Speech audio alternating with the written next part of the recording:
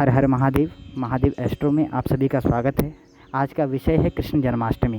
कई लोगों के मन में यह संशय है कि कृष्ण जन्माष्टमी का व्रत हम कितने तारीख को करें, भगवान का पूजन किस प्रकार से करें और भगवान का पूजन करने में कौन कौन सी सामग्री हमको आवश्यक है। ये सब चीज़ें आपको हम इस वीडियो के अंतर्गत बताएंगे। सबसे पहले बात कर लेते हैं कि कृष्ण जन्माष्टमी जो कि 2 दिन की पड़ रही है, 6 तारीख और 7 तारीख की, इसमें से भगवान कृष्ण के व्रत के लिए कौन सी तिथि उत्तम है। तो गृहस्थ आश्रम वाले इस व्रत को 6 तारीख को ही करेंगे। अब यह व्रत 6 तारीख को क्यों करना है, इसके विषय में भी हम आपको बता देते हैं। तो सर्वप्रथम हम जान लेते हैं कि भगवान का जन्म किस समय पर हुआ था। भाद्रपद मास के कृष्ण पक्ष की अष्टमी तिथि, वृष राशि का चंद्रमा और रोहिणी नक्षत्र, भगवान का जन्म इस दिन मध्य रात्रि के समय में हुआ था और यही तिथि हम कृष्ण जन्माष्टमी मनाने के समय पे लेते हैं। अब आप सभी को बता दें कि 6 तारीख को जो अष्टमी तिथि है वो 3:37 से प्रारंभ हो जाएगी और अगले दिन 4:13 तक रहेगी। जिस रोहिणी नक्षत्र की बात हम कर रहे हैं वह 9:18 6 तारीख को प्रारंभ हो जाएगा और 7 तारीख को यह नक्षत्र 10:23 तक रहेगा। तो हमें भगवान कृष्ण का जन्म मध्य रात्रि के समय में मनाना होता है, जिस समय रोहिणी नक्षत्र भी हो और साथ में अष्टमी की तिथि भी हो। तो यह शुभ संयोग 6 तारीख को ही बन रहा है, इसलिए गृहस्थियों को ये व्रत 6 तारीख को ही करना चाहिए और जो सन्यासी हैं, जो वैष्णव हैं, वो इस व्रत को 7 तारीख को मनाएंगे। अब बात कर लेते हैं कि इस व्रत को आप शास्त्रीय प्रमाण के अनुसार कैसे देखते हैं। देखिए, भविष्य पुराण में लिखा हुआ है कि मासी भाद्रपदे अष्टम्यां कृष्ण पक्षे अर्धरात्रिके वृष राशिस्ततो चंद्रे नक्षत्रे रोहिणीयुते। अर्थात कृष्ण जन्माष्टमी के पर्व को मनाने के लिए 6 तत्वों की आवश्यकता है। प्रथम कौन है? भाद्रपद मास। द्वितीय कौन है? कृष्ण पक्ष की अष्टमी तिथि। तृतीय कौन है? अर्धरात्रि का समय, जिस समय जो है अष्टमी भी हो और रोहिणी नक्षत्र भी हो। चतुर्थ कौन हो गया? रोहिणी नक्षत्र हो गया। तत्पश्चात जो पंचम तत्व है वो है चंद्रमा का वृष राशि में होना। तो अब निर्णायक सिंधु क्या कह रही है उस बारे में भी हम जान लेते हैं। रोहिण्याम अर्धरात्रि च यदा कृष्णाष्टमी भवेत् तस्यां भ्य अर्चनम सौरे हंति पापम त्रिजन्मजम। अर्थात यदि अर्धरात्रि के समय रोहिणी नक्षत्र में अष्टमी तिथि मिल जाए तो कृष्ण भगवान का पूजन करने से 3 जन्मों के पाप नष्ट हो जाते हैं। इसी प्रकार से कृष्ण जन्माष्टमी के समय में यह शुभ संयोग बन रहा है।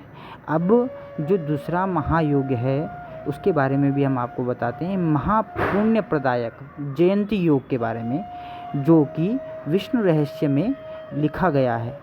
इस श्लोक के माध्यम से मैं आपको उसको बताने जा रहा हूँ कि अष्टमी कृष्ण पक्षस्या रोहिणी नक्षत्र संयुतः भवेत् प्रोष्ठ पदम मासी जयंती नाम स स्मृता।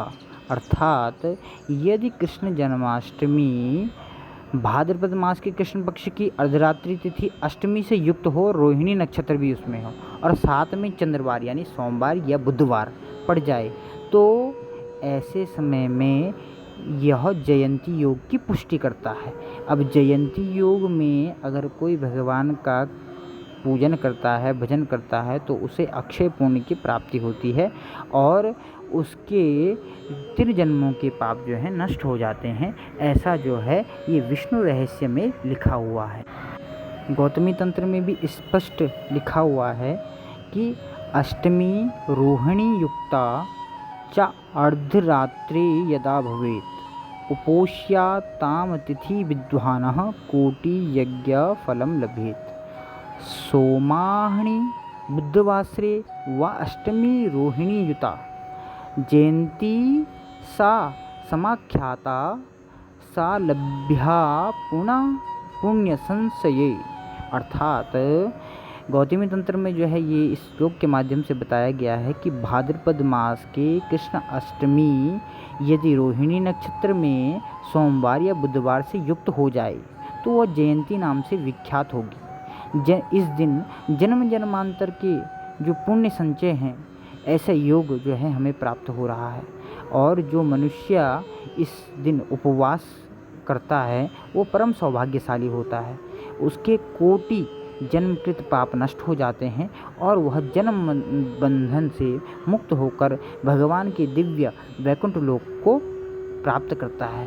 अब भगवान के ऐसे दिव्य व्रत जो है वो हमको 6 तारीख को प्राप्त हो रहा है। और भगवान की इस दिन पूजन भजन करने से भगवान की प्रसन्नता और हमारे जीवन में आनंद, ये दोनों चीज़ें ही हमको प्राप्त हो जाएगी। इसीलिए सभी गृहस्थों को इसी दिन ही भगवान का व्रत करना चाहिए।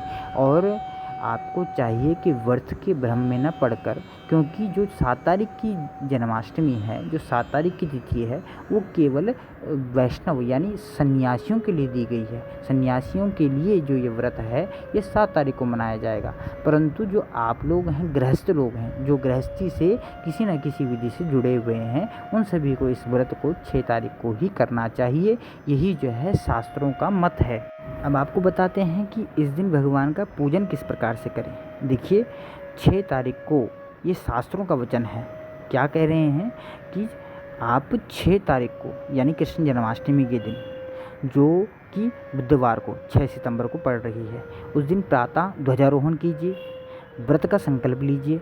संकल्प लेने के बाद भगवान के अष्टाक्षरी मंत्र का आप जाप कर सकते हैं। जाप करने के पश्चात श्री कृष्ण नाम का स्तोत्र हो गया, कीर्तन हो गया, या किसी भी प्रकार से भगवान का भजन करना है। और रात्रि के अर्धरात्रि यानी रात्रि का जो मध्याह्न समय है 12 बजे तक भगवान का पूजन भजन जो भी आप कर सकते हैं वो जो है भगवान का पूजन कर सकते हैं। तत्पश्चात आपको एक खीरे के अंदर भगवान का प्रतिस्वरूप यानी छोटा सा स्वरूप जो है विराजमान करना है। और उस खीरे को फाड़कर, जैसे कि भगवान जो है जन्म ले रहे हैं, इस प्रकार का प्रतीकात्मक स्वरूप जो है खीरे को फोड़कर जो है शंख ध्वनि से भगवान का जन्मोत्सव मनाना चाहिए। अब इस दिन जो है जैसे ही भगवान का जन्म होता है तो वैसे ही भगवान का कपूर आदि को प्रज्वलित करके सामूहिक यानी सभी लोगों को इकट्ठे करके भगवान की पूजा करनी चाहिए, भगवान की स्तुति करनी चाहिए और भगवान की आरती करनी चाहिए। फिर जो है आरती के पश्चात भगवान को भोग इत्यादि लगाना चाहिए। और भगवान का जो पूजन है उसमें आप दूध, दही, घी, शक्कर, शहद इसी प्रकार की जो है चीज़ों का इस्तेमाल करें। भगवान का पूजन करने के लिए, भगवान का जाप करने के लिए अगर आपको अष्टाक्षरी मंत्र का पता नहीं है तो आप ओम नमो नारायणाय मंत्र का जाप कर सकते हैं, ओम नमो अच्युताय मंत्र का जाप कर सकते हैं। इसी प्रकार से भगवान के अलग अलग मंत्र जो भी आपको गुरु से मिला है तो उसका जाप कर सकते हैं, अन्यथा भगवान के इन मंत्रों का उच्चारण कर सकते हैं और भगवान को प्रसन्न कर सकते हैं। देखिए, भगवान का पूजन जो है वो सही तिथि में ही होना चाहिए जो कि हमें बताया गया है। गृहस्थियों के लिए अलग तिथि बताई गई है और जो सन्यासी हैं उनके लिए अलग तिथि बताई गई है। कई बार आप लोग भ्रमित हो जाते हैं, जैसे एकादशी 2 दिन की पड़ जाती है, यह भ्रमित होने वाला विषय है। तो इसलिए आपको आवश्यक है अपने किसी पुरोहित या कोई ब्राह्मण देवता उनसे पूछकर जो है ऐसे व्रतों का आपको निर्णय लेना चाहिए, क्योंकि जो भी व्रत हैं वो वैष्णव के लिए अलग दिए गए हैं और गृहस्थियों के लिए अलग दिए गए हैं। गृहस्थियों के नियम अलग होते हैं और सन्यासियों के नियम अलग होते हैं। इसीलिए हर किसी को अलग अलग तरीके से भगवान का पूजन के विषय में बताया जाता है। आप पूर्णमासी का व्रत ही ले लीजिए। जो गृहस्थी होते हैं वो चतुर्दशी युक्त पूर्णमासी का व्रत करते हैं। क्यों? क्योंकि हमको रात्रि में चंद्र पूजन के समय में पूर्णिमा की तिथि आवश्यक होती है, इसलिए गृहस्थियों को यह समय बताया जाता है। ऐसे अनेक व्रत हैं जो कि गृहस्थियों के लिए अलग हैं और सन्यासियों के लिए अलग तिथि का बताया जाता है। इसलिए हमको आवश्यक है कि सही चीज़ का ज्ञान करें, व्यर्थ के भ्रम में न पड़ें और जो व्रत जिसके लिए बताया गया है उसको वो व्रत करना चाहिए। अब हम लोग अगर सन्यासियों का व्रत करेंगे तो हमें सन्यासियों के जैसे जो है रहना भी चाहिए। इसलिए आवश्यक है जो गृहस्थों के लिए नियम बताए गए हैं वो गृहस्थ अपनाएं, जो सन्यासियों के लिए बताए गए हैं वो सन्यासी लोग तो अपनाते ही हैं। इसलिए आवश्यक है हमको अपने निर्णय को सही ढंग से लेना चाहिए। अगर आपको नहीं पता है इस बारे में तो किसी ब्राह्मण देवता से आप संपर्क करके उनसे जो है इस बारे में पूछ सकते हैं। अगर आप कैलेंडर के माध्यम से, टीवी के माध्यम से, या फिर जैसे कि अन्यत्र लोग जो हैं वो उस समय मना रहे हैं तो हम भी उसी समय मनाएंगे, ऐसा नहीं होता है। जो तिथि जिसके लिए दी गई है उसको उसी समय पर मनाना चाहिए। अब जो सन्यासी लोग हैं वो तो इसको 7 तारीख को ही मनाएंगे, तो सन्यासी लोगों को इसको 7 तारीख को ही मनाना चाहिए, ये शास्त्रीय प्रमाण उनके लिए है। परंतु जो गृहस्थ लोग हैं उनको इसको 6 तारीख को ही मनाना चाहिए। यह जो है प्रमाण मैंने आपको पूर्णतः बता दिया है। भगवान के पूजन की विधि भी आपको बता दी है। अधिक जानकारी के लिए आप हमारे इस चैनल को सब्सक्राइब करें, और नीचे डिस्क्रिप्शन में मेरा व्हाट्सएप नंबर है, उसमें भी जो है आप जानकारी प्राप्त कर सकते हैं। तब तक के लिए ऐसी जानकारियों को प्राप्त करने के लिए हमसे जुड़े रहें। हर हर महादेव, जय शिव शंभू।